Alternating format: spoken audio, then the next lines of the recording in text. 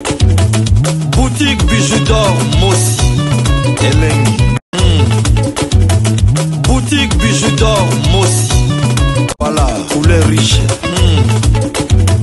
Boutique Bijou d'or Mossi. Voilà, couleur riche. Boutique Bijou d'or. Boutique Bijou d'or Mossi. Ya batu oyo ba baby c'est la kayo réputation bazanga kakindoki te. Yo kande konanga. Soko moni mutu azo baby sa réputation na yo. Cela veut dire mutu wana azangi kindoki te.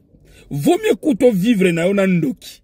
Oyo ko sambela oyeba ko benga na molimo wa sorcellerie. Mais mutu oyo azo baby c'est la yo réputation. Oyo azo loba oyo loba kiti. Oyo azoloba na batu oyo ozali te. Mutu wana aza pire ke ndoki. Aza likolo ya bandoki. Alors mutu ndenge wana sala attention na ye. Metika na ye bisayo. Mutu wana aosuka kaka pa kosuka mabe. Mukolo batu ba comprendre que oyo nyonso alobaka wana eza lokuta. Ayebaka ko bebisa nde réputation na yo. Ye akomona. Tika nzamba piniri ye. La plupart ya batu oyo ba baby c'est la kayo réputation bazanga kakindoki te. Yo kande konanga. Soko moni mutu azo baby sa réputation na yo. Cela veut dire mutu wana azangi kindoki te. Vaut mieux kuto vivre na yo na ndoki. Oyo ko sambela oyeba ko benga na molimo wa sorcellerie. Mais mutu oyo azo baby c'est la yo réputation. Oyo azo loba oyo loba kiti. Oyo azoloba na batu oyo ozali te. Mutu wana aza pire ke ndoki. Aza likolo ya bandoki. Alors mutu ndenge wana sala attention na ye. Metika na ye bisayo. Mutu wana aosuka kaka pa kosuka mabe. Mukolo batu ba comprendre que oyo nyonso alobaka wana eza lokuta. Ayebaka ko bebisa nde réputation na yo. Ye akomona. Tika nzamba piniri ye. La plupart ya batu oyo ba baby c'est la kayo réputation bazanga kakindoki te. Yo kande konanga. Soko moni mutu azo baby sa réputation na yo. Cela veut dire mutu wana azangi kindoki te. Vaut mieux kuto vivre na yo na ndoki. Oyo ko sambela oyeba ko benga na molimo wa sorcellerie. Mais mutu oyo azo baby c'est la yo réputation. Oyo azo loba oyo loba kiti. Oyo azoloba na batu oyo ozali te. Mutu wana aza pire ke ndoki.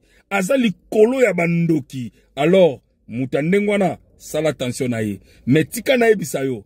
Mutu wana aosuka kaka pa kosuka mabe. Mukolo batu ba comprendre que oyo nyonso alobaka wana eza lokuta. Ayebaka ko bebisa nde réputation na yo. Ye akomona. Tika nzamba piniri ye.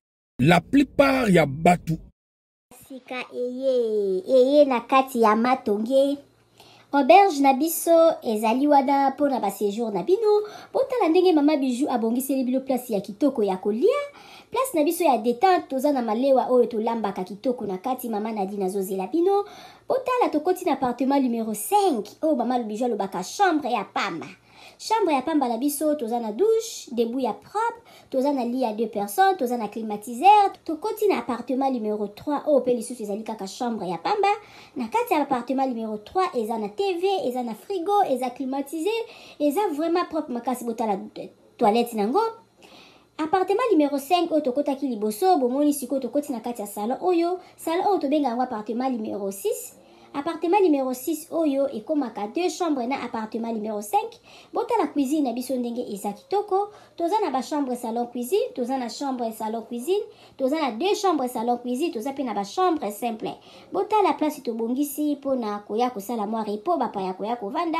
Bota la appartement na biso ndenge eza kitoko, appartement numéro 1 oyo tokoti na kati, ezali appartement moko, donc eza na rez-de-chaussée, eza na $40 par jour. Soko koya ko rumela mama Bijou alobi kobanga te, mama Bijou sololaka na ye kitoko, bota l'appartement na biso ndenge eza kitoko, botali toza na salle à manger, botali bakiti na biso ndenge ezali propre, botali cuisine na biso ndenge eza kitoko, ndako na biso eza kitoko, sécurité eza assurée, mama Bijou alobi benga ngai okozala jamais d'ici, botala ndenge mama Bijou abongiseli bino ba appartement na biso.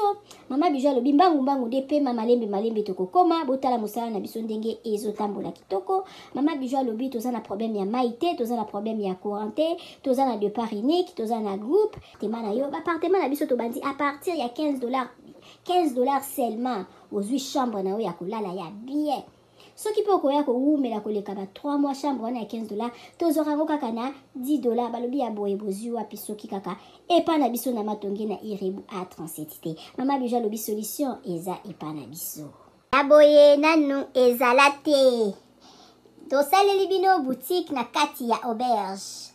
Mama Bijou alobi asali boutique na ye na kati ya auberge. Okoki kozala na posa ya komela vin okozwa vin na kati. Obosalaki mwa dodora na yo na poto okomona dodora na yo na kati ya auberge na biso. Mama Bijou alobi obosanaki kado kobanga na yo te. Mama Bijou azweli bino solution na kati ya auberge na biso oyo eza na matonge na Irebu A37. Botala ba ombia, botala ba savon ya ombia ya mbuma, ya ombia ya mai. Botala Mama Bijou atie ba maquillage na tie ba anti-age. Mama Bijou alobi kobongisa loposo eza place mosusu te kaka na matonge na Irebu A37. Olingi osombela mutu mwa montre ya kopesa mutu kado okozwa na kati ya auberge na biso na boutique na biso oyo eza na matonge na Irebu A37. Mama Bijou alobi biso nde makambo tala toza na ba maquillage, toza na ba dentifrice, okoki kobosa na dentifrice na poto okozwa epa na biso. Biso tozali na ba papier mouchoir oyo ya original euti en direct na Allemagne. Botala toza même na ba bande hygiénique.